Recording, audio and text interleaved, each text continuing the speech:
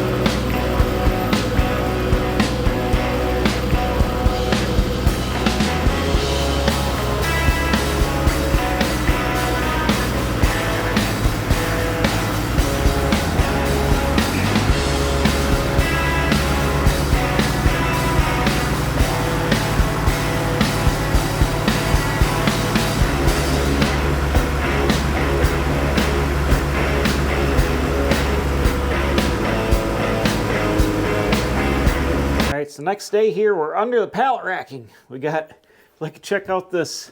I didn't think I'd get the tractor in here. It's got about a 1/4 inch to spare to the top of the ropes to the deal here. So I'm able to get the bucket loader all the way into my shelf, which I've created on the pallet rack with another cross buck. I'm going to put engines down below. I've got the rod knocking 4-barrel 360 out of my 80 Dodge over here. That's the AMC motor that I had to pull out when we got the Eagle out. That's an 83 engine, and I'm actually going to move that to a side. I'm going to put a 318 and 87 318 here, 56 Ford Y block, and maybe another one if it'll fit. And then to have that 6-cylinder out to the side. I'm putting engines and transmissions up on the shelf just because it's shorter and I can pick them up with a bucket to get them up here.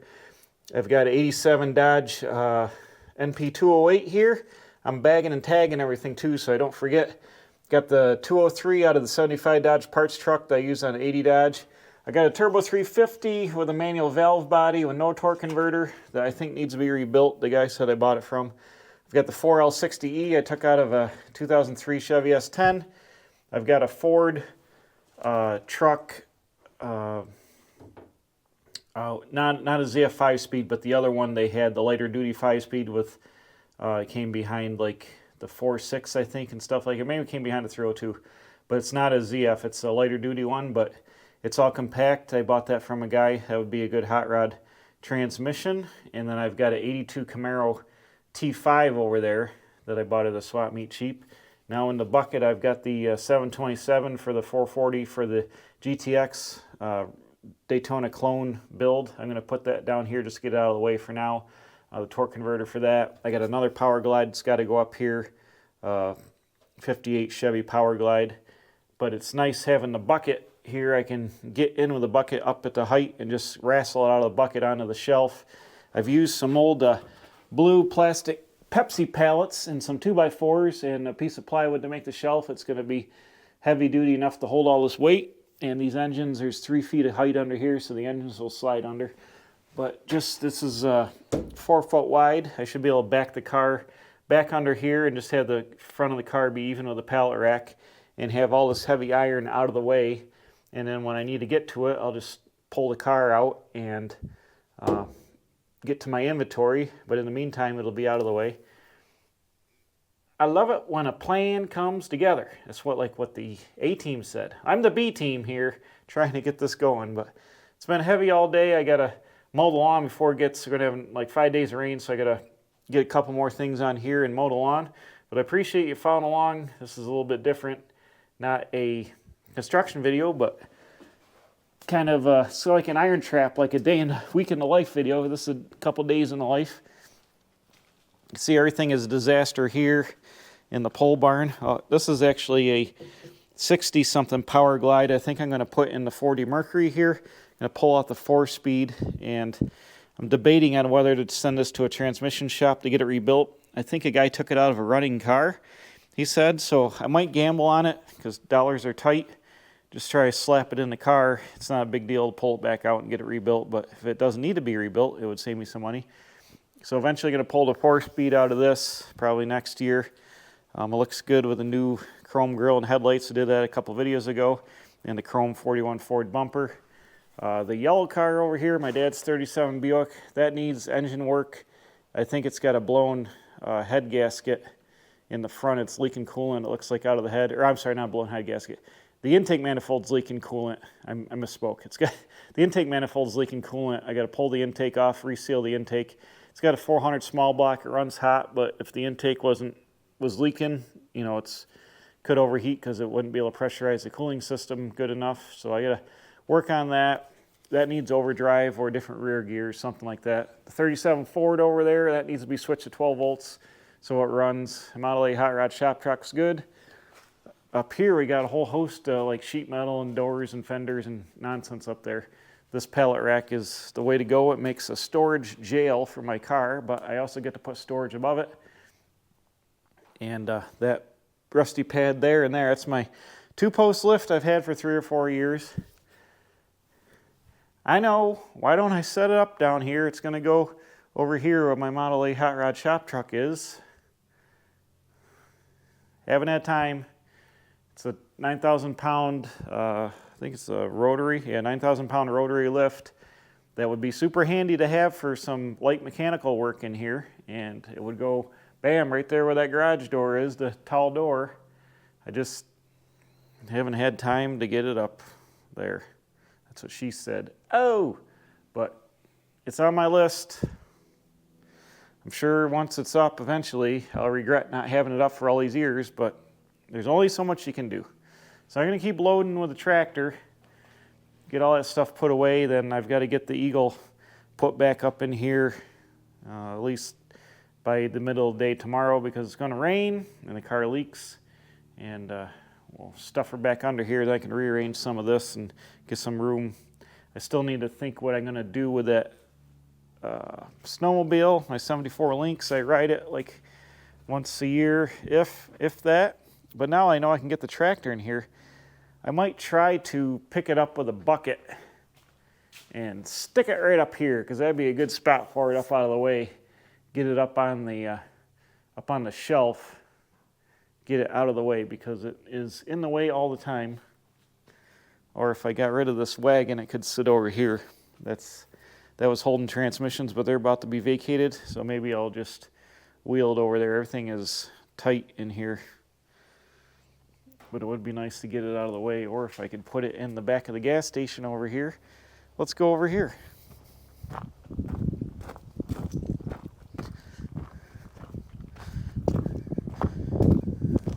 back of the gas stations kind of get filled up. The tractor sits here and is leaking.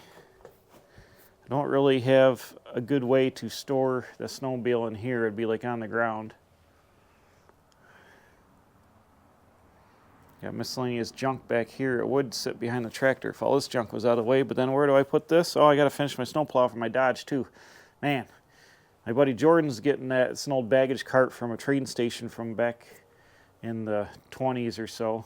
Super heavy duty. He's gonna get that for his shop. Everything is a disaster. I gotta get this doodlebug going sometime. Why is there random garbage back here? Gotta get this doodlebug going sometime here. Again, this needs engine work. It's slowly turning into a barn find, but it is what it is. So I'm trying to back my Eagle back in here. I got the spot everything's all put back in there. This is super tight. I can't see nothing. And the car doesn't have any brakes. It's great. We'll figure it out.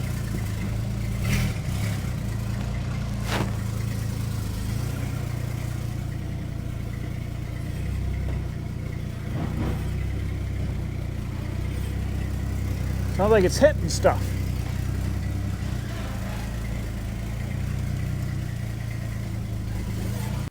Well, for whatever reason, the camera shut off after 45 seconds of me trying to get the car back in the hole. I don't know why. It's got 70% battery life. But I got it in the hole here, and it's super tight. I don't know how I managed to get the tire wedged in between there and there, but I kind of did, I guess. And it's going to be like this for now. It's hanging out just enough. Man, GoPros are junk. It's got 69% battery life, and it thinks that the battery is dead. I don't know. Anyways, I got it in there. Well, down there in the pole barn, the camera wasn't communicating correctly. It said the battery was going bad, and it wasn't, but it might have got cold, and I don't know. Anyways, we'll finish out up here because I've made my bed and I got to lay in it. I pulled a lot of those engine stuff out of back here, and then I turned this flathead KR Wilson unit sideways and stuff, and I was able to get my coupe in here. So coming into the workshop, I got the door, and then I got a little bit to get around the coupe. I got a little path. Then I got the GTX Daytona clone project car in here, and I've had to tape up the frame rails or rags because that would absolutely grab your leg every time you go by. And I can already see that once the back of the car is complete, and when the nose is on it, it won't fit in here without moving more stuff around. But let's go over here for the long view. This guy is right up to the door, and once even putting the 70 hood and fenders on, it's going to add another foot to the front of this, so it's super long. You can see how the coupe is hoarded into the corner there, and this car rolls real easy. So I've got a little path here to get by, and then a little path here to get by, and then a little bit more of a path, and then bam, I'm in the shop. I need to clean this up more. I gotta take this generator and move it somewhere.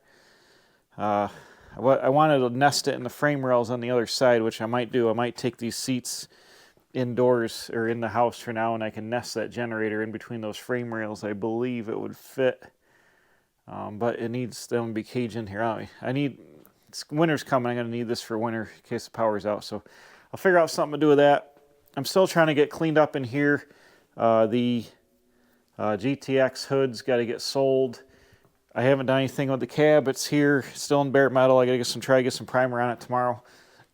I got to prime the inner fender panels and stuff. They're ready to prime right now. I will have room to work now. I'll have room to work on the cab once I get all this organized, put the rest of these boxes away. If I'm running out of time tonight, I got to edit some videos. I'll have room to have the chassis in here and have the cab in here and have room to work. I got my welder and a couple of engines over here that I can spin around and compact a little bit. But I'll be able to lay this whole place out, lay this out a little bit better for winter, and get the truck chassis and the cab in here. As soon as I get done fixing the floors and stuff, and I can actually put the back panel on, then I can prime and paint the bottom of the cab, and then it can go right on the chassis once all the bottom work's done. Then I'll do the outer rockers and stuff when it's on the frame. It'll be a lot easier. So it's going to stay up on jack stands for a little bit, and then it'll get on the frame. But at least here I can get the GTX out. It would have been too tight, and I don't have anywhere to put it except for now. So it's easy to roll. I'm just going to keep buying sheet metal for it over the winter months, and hopefully by the springtime I'll have the rear trunk floor, the front trunk floor, probably doors and quarters, and I'll probably do the front clip last because that doesn't really matter too much. I can hang the doors and get the doors fitting without the front fenders probably, and then hang the front clip later, but that might be a mistake. I probably should at least get the fenders. That's probably a good idea. At least get the fenders, and I can hang the fenders and the doors, and that will determine the door jamb and then the quarter panels and then all that. But the coupe's not going anywhere for the foreseeable future. It's winter's coming up here, so I'll just pack this guy away right here, and I can chill in this spot, but I can easily get it out if there's ever a problem. I can push this car right outside, and I can pull the coupe right out. Don't become a hot rod hoarder like me. All you do is get frustrated and try to find more holes to put your garbage. Don't do it. It's bad. Why is this cab so echoey? So anyways, next time I'm going to start working on the C10 cab here. I've made my room. I'll clean this up off camera, and I'll get the shop organized for winter, and we'll be kicking this truck out. It'll probably be in primer, painted interior, and in primer on the outside until springtime, then I'll paint it next year. But we'll get it all assembled in primer, running, driving, and my face dirty? I can't tell. Anyways, I'll get it all running and driving over the winter, and then it'll be in primer, and then we can switch topics off that, get it ready to scuff and shoot, and then we should have enough parts for that, start working on that, and a whole host of other things I got to work on. So that's it. Thanks for watching. We'll see you next time. Hoarded out, but not all the way out here at the Quick Speed Shop.